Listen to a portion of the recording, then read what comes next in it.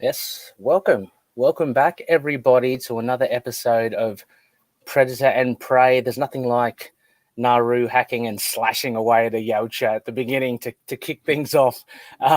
We're your hosts today, Justin, the OWLF. Justin, how you going? Good. How you doing, Ray? Yeah, good. I'm very excited for this bonus episode. Uh, Yes.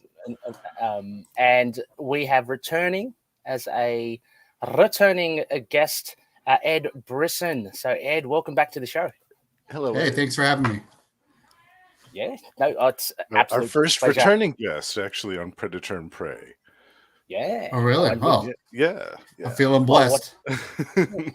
what better one, than the Yeah, current writer of exactly. Marvel's Predators. So, yeah, so very excited to have Ed back. Our fellow Yaucha host and our resident Peter Keys impersonator Russell is not here to join us.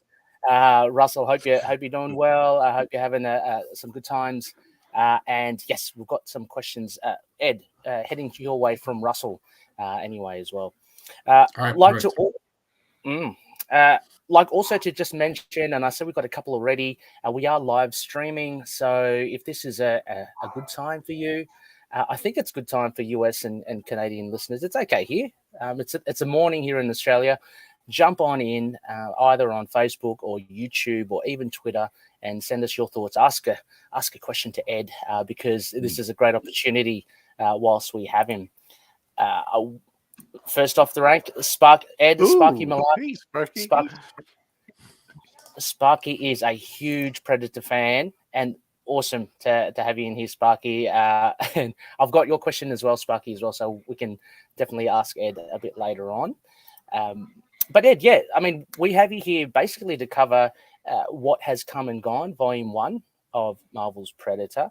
And we've been blessed with a second, I like to call them seasons or series, the second season, second volume Yeah, of Predator as well. season two. Mm. I've been Yeah, calling so them seasons as well, so Oh, nice. the I love tracks.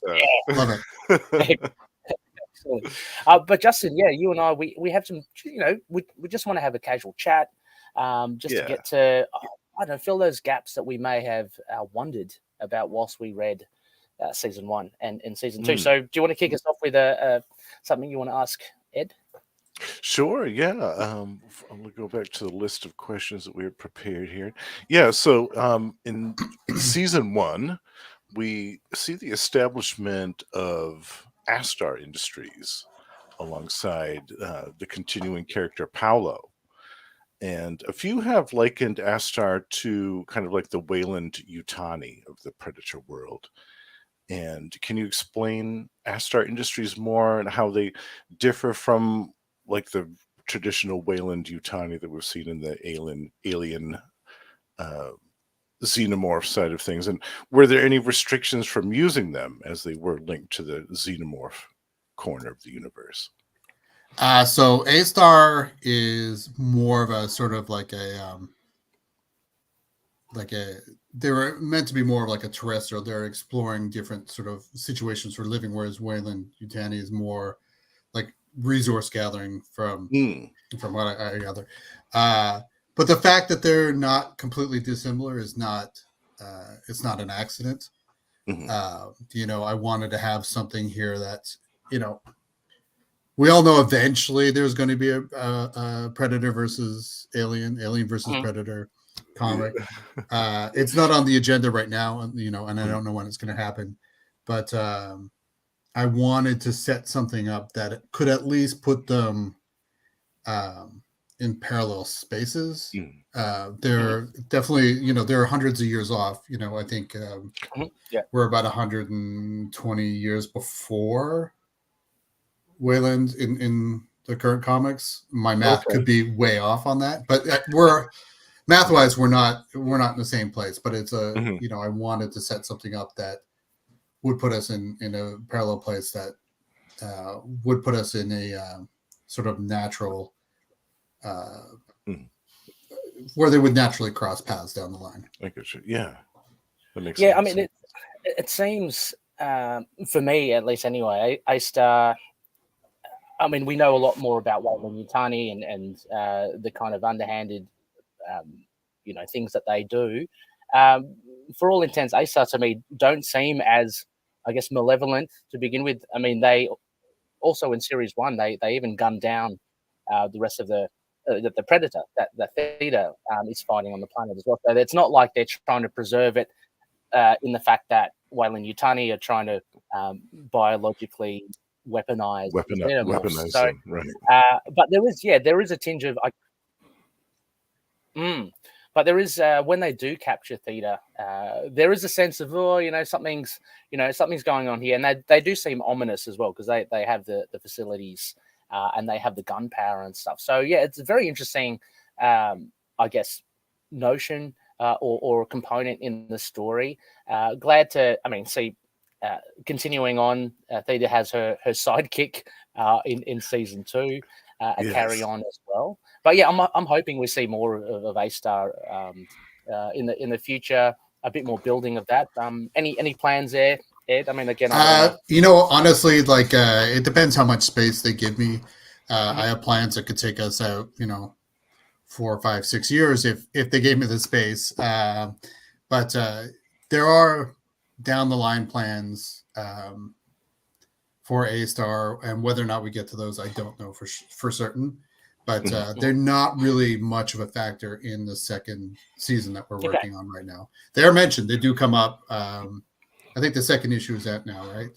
Yes. Right, yeah. So I think they may be mentioned in the second issue, but they do get mentioned, but they're not sort of a major component of it. But the plan is, if we get to continue forward for any length of time, that there will definitely be some A-Star stuff. But it's not going to be the same sort of like skeevy organization that Wayland Yutani tends to be. It's going to be more, they're more straightforward. They have more sort of science, like legit science-based goals, I guess. They do have, obviously, we saw at the end of the first season that there is some military sort of component to it, but that's more of a necessity. Obviously after the original ship, when the Sandpiper, when their crew was wiped out, you're gonna start sending some armed folks along with your on your exploratory missions. Right. Yeah, no, for sure. I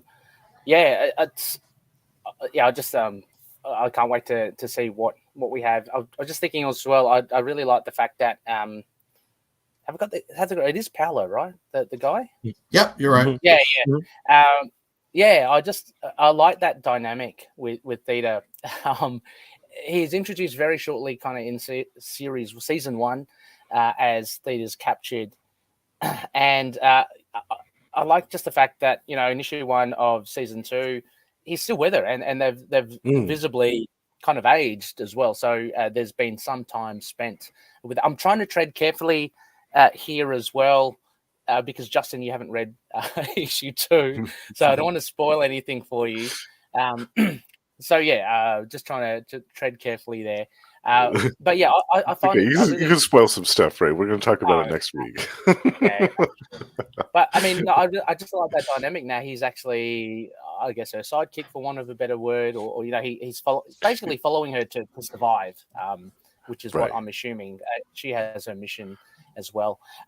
Ed, just want to mention there, Rome's guide, Rome, big hello from Discord, saying, "What's up, Ed Brisson? Loving your Predator comics and love your Deathstroke run as well." Nice. Oh, thanks a lot, man. He's loving that as well. Sparky's back here. I really enjoyed season 1, but season 2 really has been blowing me away, and loving all the connective tissue between this new Marvel series and all of the previous movies. Yeah, Ed. Yes. I mean, we'll get to that. Yeah, we'll get to that when we talk about season 2. Awesome. Yep. Sorry, Ed. No, I just said awesome. Awesome. Yeah, I can't wait to talk about it. Yes. But just tracking back to again season 1. I wanted to ask, because last time we had you on, you mentioned that essentially the concept of the story for it was based on a story you wrote when you were younger. What would you say was the biggest challenge translating that? Like now that it's kind of that arc is finished, translating that into an actual, like, you know, I know you've got like over 10 years experience already comic book writing, but just having that original story and concept when you were young, were there any challenges in bringing that over to actually? I don't know. It made my life a lot easier. It was like I hadn't, back then I hadn't actually written the story. It was just like a concept that I'd had kicking around. I think I used to write a lot of, I think I talked about this before, probably what now would be called fan fiction. Back then was just called me not paying attention in class. And so I think just having that idea gave me a great entry point into writing the book. And I think the only real sort of thing that came to it that wasn't in the original is that like A-Star, that like I said, I wanted to have some sort of parallel that would, could eventually set us on that collision course. And I think, the stuff I wrote earlier on was much, that I write when I was younger was really like heavily influenced by the films. Whereas the first season, I tried to do something that like really stood on its own aside from the films. Like I don't remember if I even referenced any of the films in the first. I think there might've been one point where Paolo maybe mentioned something. I can't remember if that made it through or if I cut it. But no, having that, it was great because, like, obviously I'd been thinking about this story for, God, I don't know how long. Yeah, right. Yes, Sparky saying as well, don't worry, we're all with you, Ed, as well. Not paying attention in class and thinking about Predator stories. I know, Justin, you think about them a lot as well. Absolutely. That was a favorite pastime in high school. Anything but U.S. history. I know. Do you like your history, Ed, as well, when you were studying? So but like my memory is Swiss cheese sometimes. So, but when I went to college, I guess 3 different times really. I went for fine arts originally because I want to be an artist, and then I went for about 2 years just trying to figure out what the hell I wanted to do because comics didn't seem like it didn't seem like it was a possibility. And so I took actually like history. I want to say like I must have taken like 7 or 8 history courses just out of curiosity, interest. And I loved them, but I don't go out of my way necessarily to read a ton of history. It's one of the things I wish I could get into, but just not as much as I do. Okay, yeah. Look, I only asked that because I guess in season 2, we get a lot of disparate characters, and without spoiling anything really, because it came out of issue 1, like disparate times as well. So that's an interesting, I think component of that season. Justin, did you want to ask anything about? Yeah, I was going to ask. I wondered too, Ed. I'm always curious about writers' influences, while they're in the midst of writing. So I was wondering if, while you're writing season 1 and season 2 as well, if there was any other piece of media that wasn't Predator related, that wasn't a Predator movie or a comic book from like an old Dark Horse or something. Like maybe some music or another film or another novel or something. Was there something that influenced you in writing season 1 and season 2 as well? Honestly, I can't really think of anything that did while I was working on them. And I'm trying to like rack my brain to see if there's anything that like gave me even just sort of like interesting ideas or whatever. But I can't think of anything really. Number one, like the first season, like I said, was like sort of that back pocket idea I'd had kicking around for a long time. And then, season 2, after having sort of like not nodded to the films in the first, I really wanted to, do that. And what we wanted to do is I wanted to come into season 2 and make it look like we were just doing Predators.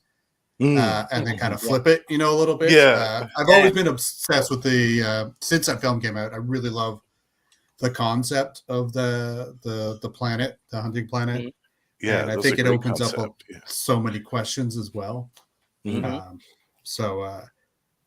know. That one just kind of came while I was like rewatching the Predator films.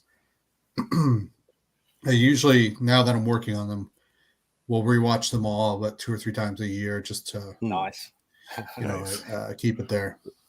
Yeah, I mean, because I know, Justin, you're quite an audiophile as well, and I do love my music. And I remember, Ed, I think it was in the 90s, or it might have been even a bit after that, where they tried to do it. Marvel tried to introduce soundtracks while you read comic books. It would have a little disclaimer saying, suggested listening while you read this comic, and it had like a song. And I also found that a really beautiful way to kind of intertwine both things that I kind of loved. And I guess just further to what Justin was asking. Just further to what you're saying, Justin.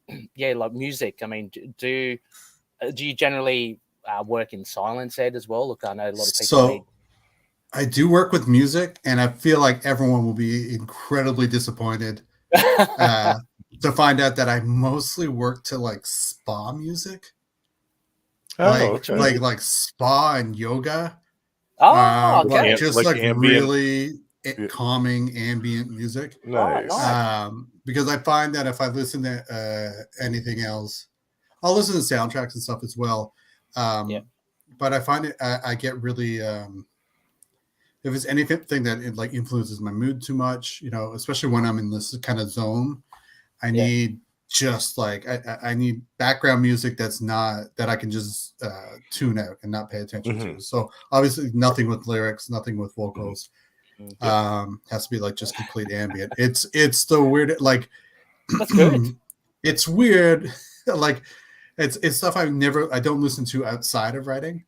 And like I was seeing a physiotherapist to deal with an elbow issue recently, and they will use like this heat ray, and you got to sit there for 15 minutes, and they put on spa music and just literally put on the exact like one of the playlists I listen to while I'm writing Predator. So it's a weird sort of it's almost the opposite of the stuff that I'm writing most of the time. I love it. That's great, though. I love that. Yeah, did you turn to them going, I know this one? That's really funny as well, Ed, because at first I thought you said you listened to Spawn music. And I was thinking, that movie? Okay, great. Yeah, that's good. But I thought you maybe thought I was saying ska, like I was just like, ska. Anyway. Tuesday. That would be tough to write to, I would imagine. But but I mean, I totally get what you mean, Ed, because it sounds obviously you want something calming, but in the purest sense, something ambient that you aren't actively listening to, because same with me, like with music with like lyrics and songs, I tend to end up actively listening, and that takes me away from my work.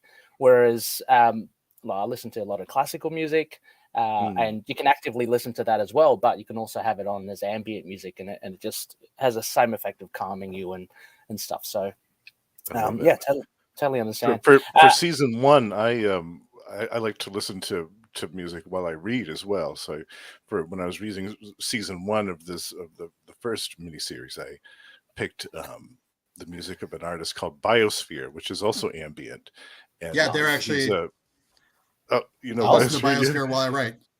Oh, nice! Right. Yeah. Awesome. I listened to a couple of his albums because he lives on an island right off the coast of Norway, and his music is called Arctic ambient. It's very kind of nice, icy and very cold in places, but also has a warmth as well. It's cool. It's hard to describe it, but that made for an excellent soundtrack for season 1.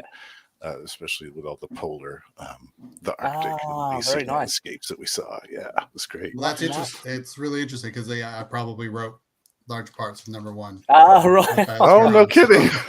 Awesome. I love that. Justin, you're gonna have to give me the link. I'm gonna have to include this in the I show will. notes. Yes, I'll So give you listeners, some links. Yeah. Yeah. So listeners, you can listen to, I guess, what Ed was listening to when that stuff was written. Very cool. Just want to track back. Sparky's also mentioned some stuff. I also enjoy the Preserved Planet as a set piece. I mean, we do too. Absolutely. And she continues, it lends itself nicely to the more robust lore surrounding established hunting routes seen in season 1. Yes. Yes. And now I need a hyper-violent action scene with the Predator set some scar. Absolutely. Bring on the trumpets. I'm going to have to try and send over to you guys some of these. Again, it was back in the 90s, very formative years for me. It's an Aussie band called the Porkers, and they were scarred. Brilliant. Absolutely brilliant. I can hear that now. Yeah. I love it. Thanks, Sparky. So, Ed, as well, just before we jump into season 2, I've got just one other thing. Unless Joshua, there's anything else that you'd like to ask? No, go ahead, Ray. Go ahead. Yep. Yeah, it was just for season 1. It's a little bit of a, I guess it might be a tough one to answer. But I was thinking again about Theta and how prominent she is in season 1. She's basically like her origin, and towards the end. And I think in our last chat, Ed, you even mentioned. Her destiny is to, want to be kind of like a punisher and chase after all these predators. I think that's a really cool concept because, she's like the boogeyman of predators, which is really turning things on its head. Now, how do you approach balancing this? Because I was thinking about like Punisher, he is the titular name of his series, right? So people follow him essentially because whatever he does, because he's the titular character. Someone like Freddy Krueger in Nightmare on Elm Street, which is a bit of a force of nature, is the antagonist. So we are kind of rooting that Freddy dies no matter how powerful he is. Theta is neither. She's not the titular character, nor is she the antagonist, but she's this force, right? So how do you balance that against like the predators who are essentially what everyone wants to collect the book for? They're not the heroes in a sense, but they're the ones that we have all a vested interest in. How do you kind of so really season 1 was about establishing just that she wants, she's been hunting them, she kind of has been studying them. She has an advantage, I think, over anyone we've seen fight predators in the films, at least, in that it's not a surprise attack. Like she's going after them versus vice versa. So the first season was really supposed to just be about setting up the fact that she is this sort of nightmare to them, I guess. And so in the second, and hopefully we go onward, that balance is going to start shifting, right? So, we wanted to just see for the first arc that she's this massive threat. And then we can start sort of having the predators react to that, which is obviously a thing that they're going to do. And I don't want to spoil too much, but yeah, it's, her sort of winning streak isn't going to hold forever. I'll just say and so that was something that definitely we were, I was looking at going into the second one, that, giving the predators a higher body count, human body count. The predator in the first one didn't do so bad. He wiped out her whole ship and such, but it's definitely something that I'm cognizant of and trying to keep an eye on, and trying to sort of even the scales more as we go forward. I don't know if that answers your question or... Yeah, no, it does as well. I mean, again, also as well, Theta, I see it like in season 2, and again, Justin, I'm keeping tight-lipped on stuff, but she certainly takes more of a, I guess, in at least the first 2 issues, she takes more of a back seat because we've got such an ensemble cast. But the beauty of it is that we've had that time to have her develop in season 1. So when she jumps in and she's just like this kick-ass person, it's not like, dare I say, it's not like Nolan from Predators, who just Lawrence Fishburne, who just kind of jumps in and it's like, waltzes in, and and he's got no backing to it. So for me, I find him less credible. But with Theta, like we had a whole 6 issues before to develop her. So when she comes in and she's kick ass, it's like, okay, yeah, we know she's established. It's really good. So in that sense, I can see it. But the important thing I think is that she's taken. We get a lot more spotlight on the others to shine. Like I love. I mean, let's start talking about season 2. I mean, I love the disparate characters. I know, Justin, you and I enjoy. Is it Alan? I think Alan. Yes, very much. Alan, Alan the X. Yeah. Well, this is great because he's a little bit of a mystery enigma as well. Because again, from what we have learned only in the first few issues, he's so different from the others. Like he's even scratching his head, going, "What am I doing here?" But you have all. But all the others as well. I love the apologies, I can't remember their names. The husband and wife couple. The OWLF members. Yeah. Yes. Isla and Lucas. Isla and Lucas. Yeah. Because they all kind of bring different things in there, and I think those two they bring the knowledge, the stuff that we know, but they're educating the people that they're stuck with. And then you get all a few of the other. I love the Filipino guy, Ed. I've just got to say, props to the background. So it's good to see him there. But Justin, anything? Yeah, season 2. Yeah, it's nice to see in season 2 we have a little bit of a departure from the first season in that it has a large ensemble cast. What were some of your influences when creating some of the other characters like Alan and is it Philo? Oh no, that was in my notes of Philo. Short for Filipino guy. Okay, that's what that was. He was Ernesto. Yeah, Ernesto. Yes, my uncle is. I have an uncle Ernesto, so yeah, I should have remembered that. He's named after an actor from some old Filipino films. Okay. But I don't like. It was kind of disparate. Alan is roughly based on and very loosely based on Bob Hoskins' character from the Long Good Friday, the Long Good Friday. Why am I blanking on the title of the film? Okay. I think it's the Long Good Friday. Yeah, right. I'm going to turn to my Googles. I'm atrocious with it's the Long Good Friday. It's a 1980 film where he's sort of this like gangster who's trying to hang on to his empire that's sort of crashing down around him. Oh, cool. It's got a very young Pierce Brosnan in it. Looks like he's about 18 when he's in it. Really? I think he has no lines. But so Alan was like very loosely based on him. Ernesto was based on this actor. The others were just kind of like, it's really just like a hodgepodge of me just trying to jam out some like interesting folks who are all going to have their own sort of backstories that, in some cases are going to cause a lot of complications going forward. So, a lot of the complications going forward are not going to come just from the predators hunting them, but from some sort of internal strife, I guess. Which I think we see a little bit of at the end of number 2 anyway. And I apologize because writing them, I can never remember what happens where. No, that's good because just looking at Justin, I can that's good. So we can keep it call under wraps. It is really cool. Absolutely. And having said that as well, for those that of course have read issue 1, no holds barred. You establish them, but you've got no qualms in cutting them down too as well, Ed, which I love. It gives that kind of like no one is safe.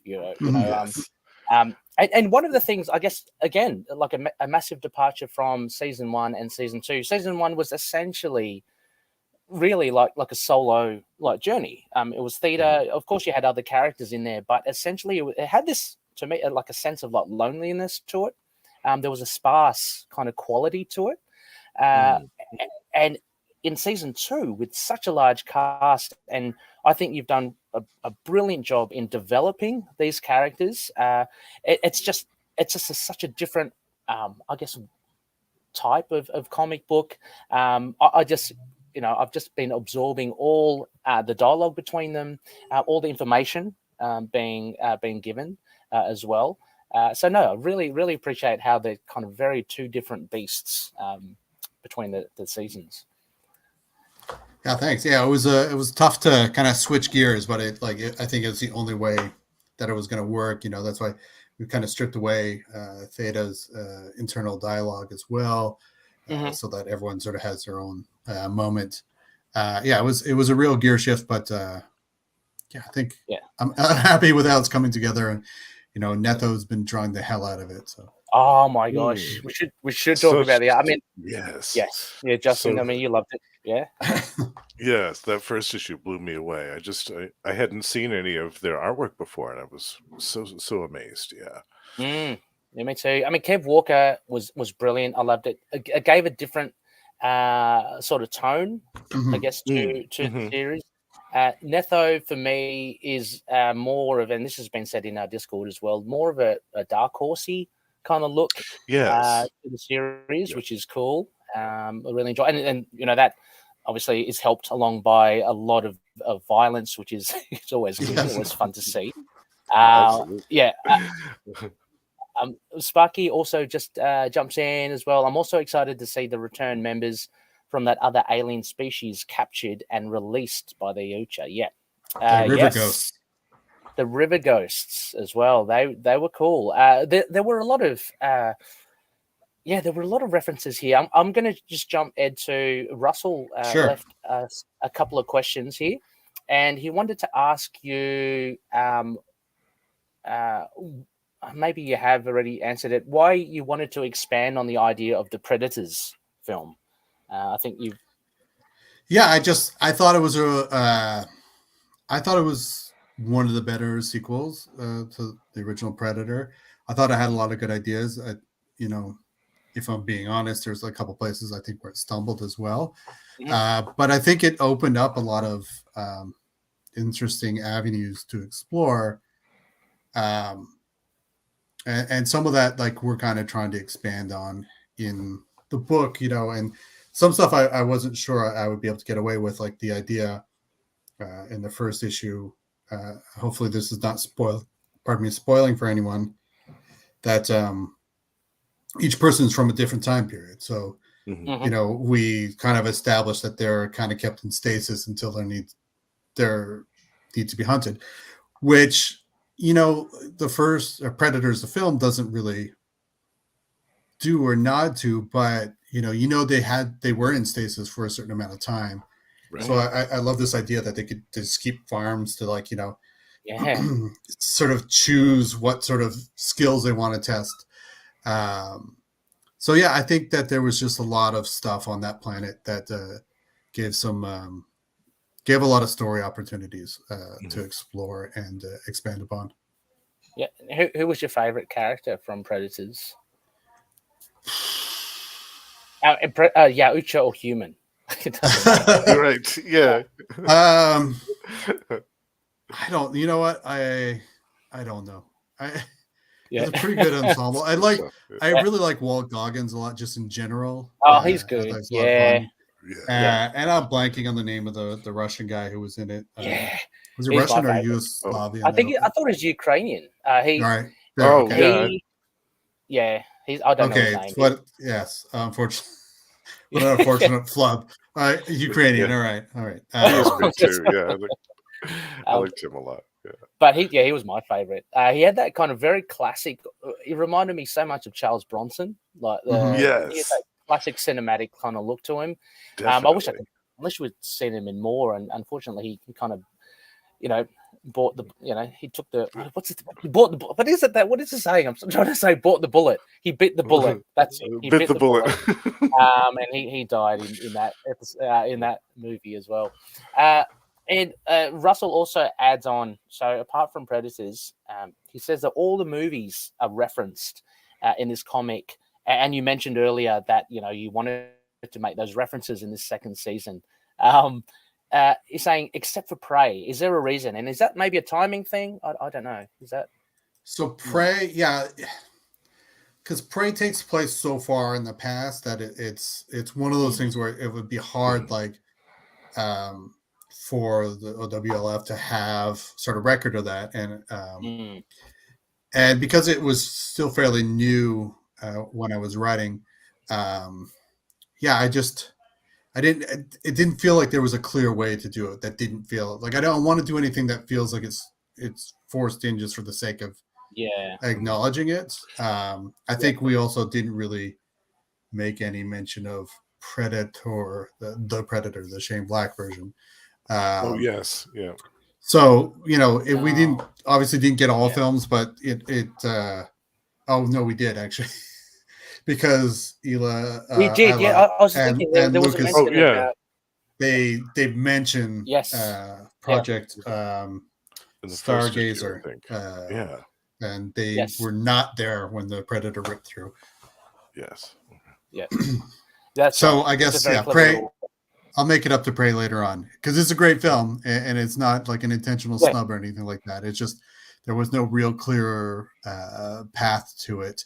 And I kind of had set with this idea of predators taking people from Earth or different planets. I'd sort of set a window. So really, it only started in the 80s that they started collecting people. So we don't have anyone from further back. I may change my mind on that. I haven't put it in print. So I'm able to do that, but.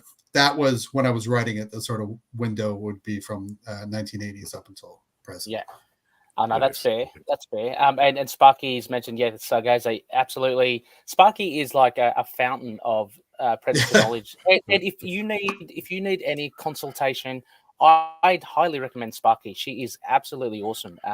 Sparky also runs our Discord, and gosh, her knowledge is really good. I'm just going to go back. Sparky, you did mention as well. Hang on. Sorry. Just going to track up here. Sparky did ask how much room you have, Ed, to establish some new lore for the River Ghosts. I mean, you've got a lot to juggle at the moment already with a huge cast. And is there any room for that, or would that have to be put on the back burner? So I haven't explored it really. I haven't pushed that idea of exploring sort of the past of the River Ghosts or any of the other species, mostly because I think Theta is pretty singular in her vision, and that she's really just like wants to take down the predators. Even in the first season, we saw that she let those two other aliens go who tried to rob her, because she's. I think the important thing that we established there is she's not just like sort of a rampant killer. She's not just going out and collecting bodies. She's specifically sort of focused on the predators. And because of that, so are we, right? And so I think it could be interesting to do that. I am also sort of cautious of knowing too much about like different alien species. I think that a lot of their allure comes from the mystery around them, and that the moment you start to really fill in their backstory, they become less interesting in some ways. But the River Ghosts, they're here in this one. It was like a fun nod to obviously Predators and the fact that they were the original Predator design. So, I wanted to make sure to include them in there just to keep it fun. Yeah, no, for sure. Loving the Easter eggs. I mean, we're constantly on the lookout for them as well. And Romez Guide also mentions, when they go to, I think, Nolan's ship, they find old weapons in there, so it might be left to interpretation if need be. Yes, absolutely. Yeah, and, the link, I mean, the obvious link, Ed, for Prey, if that was to be included, would again be that kind of gun. But as you said, that would be kind of really on the nose, I think, just to include it, because that connected to Predator 2. And, It's a nice. And it also was in the Dark Horse comics. Right. Yes. Has a different origin in the Dark Horse comics. Yeah, on a pirate ship. But yeah, I think about the gun a lot, honestly. And it's one of those things where, like, again, you're cautious about overusing it. Yeah. I thought it would be cool to have it in a scene where someone has it, but yeah. Yes. No, for sure. Not doing it right now. Sparky says, honestly, she's got a lot of respect for the fact that bits of lore from the 2018 movie were included. And I guess that's due to the fact that people generally pan to the Predator. There's a lot of, I don't know, problematic things that go in there. I love, like most people, I love the scene where the Predator escapes the lab. That's pretty fun. There's some good scenes in that movie. Yeah. Oh, there are. I mean, but to be honest, that the ending was just a real, I don't know, turn off or put off. I don't know how you feel about that, Ed. With the Predator hunter suit that they get. I don't. It was weird because there was did they film 4 different endings or something? Am I misremembering? It seemed like they did, didn't they? Yeah, like they rewrote it a bunch of times. Because I know Sigourney Weaver was supposed to be at one point. Newt was meant to be in there. Arnie. There was all sorts of all sorts of things. It's going to be a mashup of franchises. For me, it was really on the nose of okay. We have to do some test screenings to see what's best. So this ending really sets up, you choose your own adventure. And as you're saying, they pick many. It was kind of like they could go anywhere from here. But the suit was, I think, a really bad decision. Anyway, that's just me. Yes. And Sparky says, yep, there's only so many times you can whip out that flintlock pistol before it becomes paperweight. Exactly. Right. Yeah, that gun's been around. Yeah. Exactly. We have a new listener as well, a long time, member on Discord as well. Matt, hey Matt, how you going? He's from the UK. We need other backstories of the Predator 2 Predators that showed up at the end. Yeah, we need Predator 2 in the ship. Yeah. Yeah, the lost tribe. Yeah. Ed, I don't know if you have any affection towards those.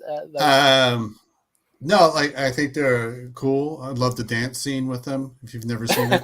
Yeah, exactly. But I don't I'm trying to. Part of why I want to stay so far in the future ahead of the films is I'm trying not to necessarily just pick up from, even though I'm making nods to older films, I don't know if I want to pick up from them. I don't know how much. I feel like something has been done with them before, and I'm blanking on it. Yeah. It might be in that omnibus that we just got, Ray. Right. They might even be stories in there. Yeah. Were they in that book, Stalking Shadows, or am I? Because that's a book that comes right after Predator 2. Yeah. Is that the name of it? Oh, yeah. I can't remember if I've got that one. But yeah, it's fairly new. Yeah, I mean the novels are rife for information. Yeah. Okay. Yeah, isn't that the one that's the one connected to the hunting ground? I think that's connected to the video game. Is it? Is it? Oh, okay. Yeah. I think it's a prequel to Hunting Grounds. Stalking Shadows. I don't know, but Sparky, help us out here. Oh, yeah. Sparky will know this. Yeah. But anyway, Romez as well. Yeah, Ed. I think you're right. It looks like it is Stalking Shadows. Yeah. Okay. Romez mentions as well. Thanks. This is awesome. God, I'm loving these questions. Ed, would you bring any characters or make sequels to old Dark Horse comics? I mean, you've just said kind of you don't want to keep on, I guess, referencing and bringing up, but Dark Horse comics are a different. So I'm not opposed to tying things in, and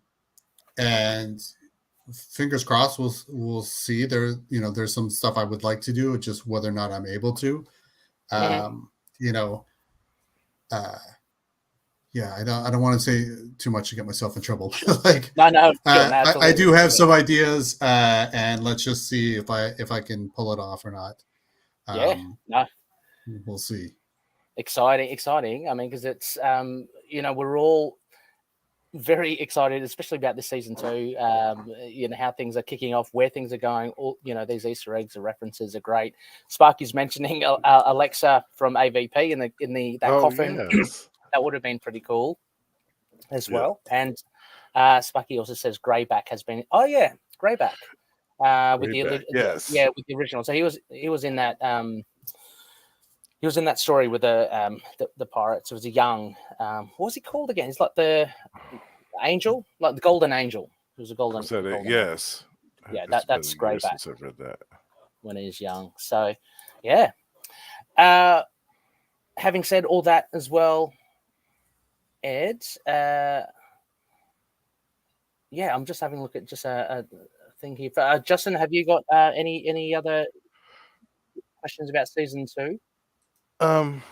Yeah, no, I'm loving the artwork from Nitho Diaz. I'm wondering, because you have alluded to the fact that there may be a season 3. Do you have any choice about the artists that you work with, or do you get to request artists, or is it kind of? So I get to, it's a sort of a back and forth conversation between me and the editor, Sarah Brunstad, who's been great. And she's really open to discussing. And we were going back and forth actually for season 2 about artists. And there was like, we had a bunch of artists that were like kind of going back and forth with, and nothing was really clicking. There's some great artists, but like not necessarily great for the project, like the right fit, if you know what I mean. Right. And honestly, I have to give credit to Jim Zub, who is a Marvel writer and does a lot of D&D writing as well. He and I coincidentally are from the same city in Ontario. Oh, cool. Although did not know each other back then, only met much later. But he was at a convention here in Halifax at the end of last year. And I was talking to him about our artist search and how nothing was really like working. Nothing was kind of, feeling like the right fit. And Sarah and I were going back and forth. And then he mentioned that though. And I checked out his artwork. I'm like, oh, like there it is. And I emailed Sarah, I think, from the convention floor. I'm like, check this guy out. And I think he was hired for the book within like 3 or 4 days after that. Oh, wow. I love it. That's fantastic. Yeah. So, Jim Zub deserves credit for putting his art in front of my eyeballs. Yes. Thank you, Jim. That was a great, great move. Thanks, Jim, as well. And I've reached out to Netho on Twitter, and sounds like a really nice chap. And so although he said he wouldn't be too comfortable, sitting down and having a chat like we are now, Ed, we're hoping to compile some questions and stuff and have almost like a written interview for him. Sure. And would love to post that up soon. So Justin, we should just finalize those questions and I'll shoot them off to Netho. It'd be great to get an insight both of from the writer and the artist of the current Predator, which is great. He's been great to work with. He and I we have a chat window open pretty frequently that we'll go back and forth and talk about scenes and sort of, if there's there have been 1 or 2 like sort of complications that we were able to sit down and figure out through chat. I really like working with that guy a lot. He's a really impressive artist and super nice guy. That's awesome, Netho. I hope you're listening. Can't wait to see more from him. No, for sure. I mean, he posted up as well, like because they, artists do about artwork for sale, and even just seeing the pencils from it. I mean, they're just so amazing as well. So good. I don't think I'll be able to afford them, but I do appreciate looking at them and knowing that they're going to a happy place somewhere. Probably going to Sparky. Yeah, I picked up one of the pages myself as well. Oh, you did? Awesome. Yeah, from issue 1. Yeah. Oh, yeah. I mean, I'd love to. But hopefully, I can always dream. Sparky as well. Sparky works at a comic shop as well, Ed. And she said that these new Marvel Predator comics have been doing very well at the comic shop. Awesome. That's great to hear. What shop is that? Oh yes, Sparky. Shout out. Love to shout out LCSs. So yes, hopefully we can do that. While Sparky, hopefully we'll get that up soon.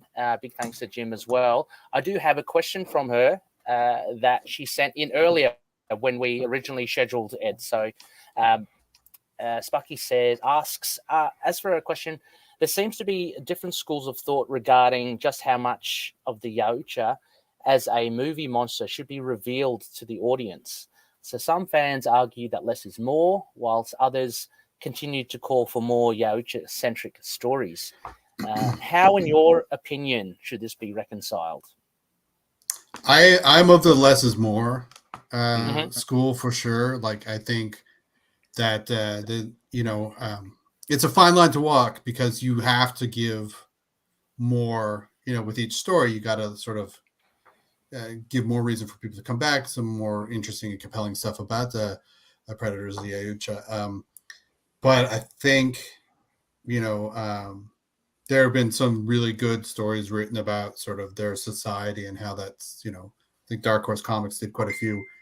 But I find that my interest in it wanes when we get more of those sort of how their society fully functions. And when we have, necessarily from their point of view, I like to treat them more as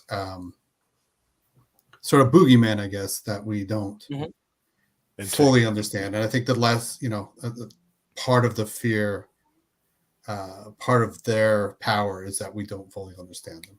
Right. And the more we do, I think the less they have. I'm sure many disagree, but that's been my approach to the book. Oh, it's a totally valid take as well. I mean, both. I think I can see both. Being very valid as well. I mean, interesting question that Sparky did ask as well. That's a great question. Just to see how you do it. Sparky's got 2 LCSs. I want to give them a shout out. So Sparky works at Comics to Astonish in Columbia, Maryland. Nice. So a big shout out to them. And actually not Sparky, it's Romez Guide. It says that they get their comics, Predator comics, Most from Wanted Comics. Have you heard of that, Justin? Or no, I haven't heard of that place. Actually, I'm not even sure if Romez Guide, if you are American as well. Who knows? I don't know. I get mine from King's Comics, greatest comic book store in the galaxy. I'd shout that out there.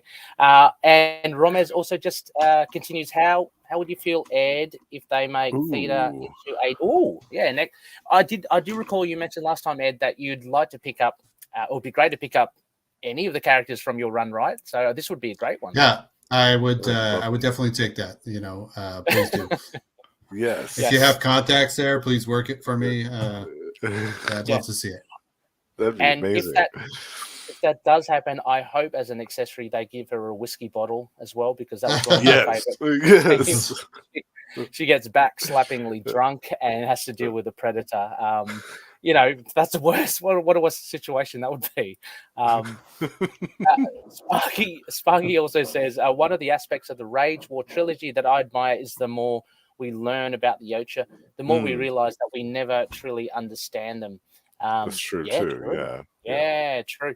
I mean, that's a thing, Ed, as well. I mean, I know that I think you mentioned last novels-wise, you haven't dipped your toe too much into the novelizations. I've changed that since. I've been reading through them. Yes, slowly, but I'm doing it. But they're good. I think that's a great medium. Just as a departure of, like, say, comics and the movies, where it's all in your mind's eye, so to speak. So I think that works well, where you can expand on, knowing more about the predators and stuff. Because I really enjoy that stuff as well. Rage War is a fantastic trilogy, but I totally get the whole boogeyman aspect as well. I mean, that, let's face it, that is the original reason, I guess, why many people got into it, with the first movie. Exactly. Yeah, definitely. Yeah. We're learning about everyone as we talk. Romez is yes sir in Texas. In Texas, okay. Oh, Predator issue 1. Yeah, beautiful. Just go pick it up, Romez. I'm going to be the devil on your shoulder. Go pick it up. Get one of those variant covers too. Yeah. Well, Justin, is there anything else before we thank Ed and maybe go into some shout outs if you want to ask on? Yeah. No, I think that about covers it because I'm really excited to hear about Ed's upcoming project that he's going to tell us about. Yes, as well. Yeah. All right. Well, Ed, if you have some stuff that you'd like to shout out, please, we'd love to hear it. Sure. So I've got a few things. My next thing that's coming out. So right now, currently working on Batman Incorporated through DC Comics. We're about to kick off the next arc, which is called Joker Incorporated. Joker is annoyed with the fact that Batman's got Batman all around the world, and believes that Batman is nothing without a Joker. So he sets up Jokers all around the world, or inspired by Joker. They're not all called Joker. That's going to be, we're most of the way through creating it right now, but it's a pretty crazy wild ride. Next month in the DC's putting out Batman the Brave and the Bold, in which I'm relaunching Stormwatch with artist Jeff Spokes, which is going to be a lot of fun. We're doing them as one and done stories that have sort of a B story spine to them that will connect them all. But for the most part, they're done in one, kind of trying to that sort of classic feel of stories, that probably most of us grew up with that they don't do anymore. Yes. Obviously, I have Predator going right now at Marvel, and just announced that I will be writing Alpha Flight, which comes out in August, I believe. Okay. Which is pretty cool, being I'm Canadian. They're our team, and that's been quite a bit of fun. And then the last thing I have is in stores in June, so you can order it right now. There's a book called Sids of the Salton Sea through AWA Publishing. It's a creator-owned book I'm doing with artist C.P. Smith, which is sort of a crime horror book, which are my two favorite genres. And cool. It's hard to talk about because each issue sort of changes a bit what you think the story is and what's happening. But the like sort of 2-cent pitch is that it's a heist. It's an armored car heist that goes horribly wrong, and as a result, the world might end. Oh, so nice. I love that. No great escape. Yeah. That escalated quickly. Yes, it's the highest stakes possible. Yeah. Wow. I mean, I don't forget here, Matt says from the UK, he gets his comics from Golden. I love shout out to LCS's Golden Age, 1942. So cool. Oh, in Oxford. Oh, Matt. Oh, I thought you were in the UK. Oh, mine got that wrong. Okay. Right. And 1942, yeah. As well as romance, crime, horror. Yes. I'll have to get onto that. Ed, I wanted to ask. You'll have a lot of new readers for that one. Yeah. Yeah, no, for sure. And I've got to shout out as well. There's something wrong with Patrick Todd.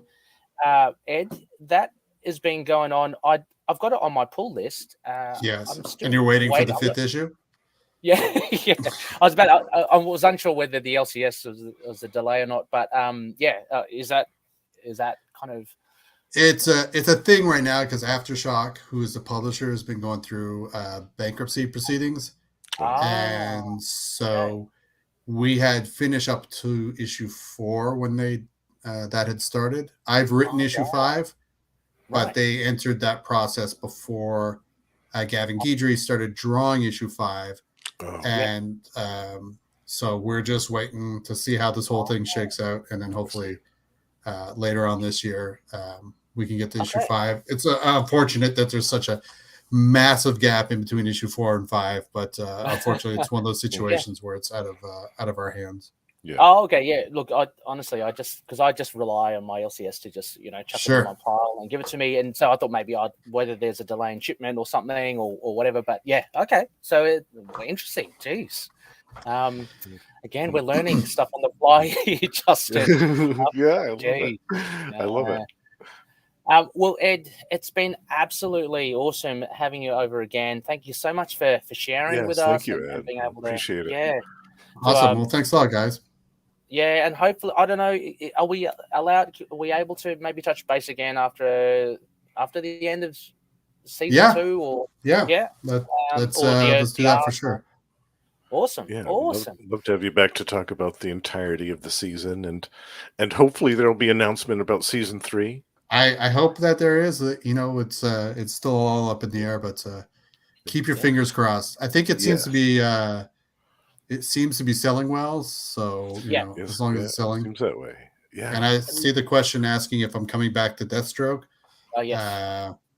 I'm not, but one of the books I forgot to mention, and that reminded me, is I am writing a Night Terrors 2-shot through DC, which is a Ravager book. So Deathstroke's daughter. Okay. So nice. You get somebody close to Deathstroke. Very nice. There you go, Romez guide. There you can look at Night Terrors. Sounds awesome. I'm not really a DC guy, but that title's kind of got me. So check that out too. It's a lot of fun. It's really it was a kind of a really cool project to write. Nice. Awesome. And again, it's horror. So. Yeah. So, I mean, if Russell was here, he'd be chewing your ear off now about more about horror. So, awesome. Well, I've got to ask too, Ed, where the new movie is coming out this week. Are you going to see the new Evil Dead film? Are you a fan of that? Yeah, I love the Evil Dead franchise. Nice. We went and saw Renfield last week, which was fun. Yeah. Was it fun? Yeah. So much blood. Yeah, it looked like it. Yeah. Is it a comedy as well? A dark comedy? Yeah, it's a horror comedy. Comedy. Which it was fun. But yeah, Evil Dead is on my list to see. When I'll get to see it, I'm not sure, but hoping to. Yeah, I'm excited for that one too. Yeah, we're gonna have to review that one, Justin, somehow, somewhere. But thank you so much once again, Ed. Just last great show, guys. From I just want to include these in because these guys are thank you, guys. Cool. Great show, guys, and Ed Brisson has been a great guest. Thank you so much for being so open to talking with readers. Yeah, it's such a great opportunity. So once again, Ed, thank you so much, and hopefully we'll get to touch base again. Very soon. Hopefully the chilies are sitting well with you too. Oh man, I can feel my face is still a little bit flushed from that spicy dinner, but I think I'll survive. All right. Well, listeners, with that, as always, Justin, we always say, just remember, everyone, shit happens. It happens. Catch up. See you, everyone.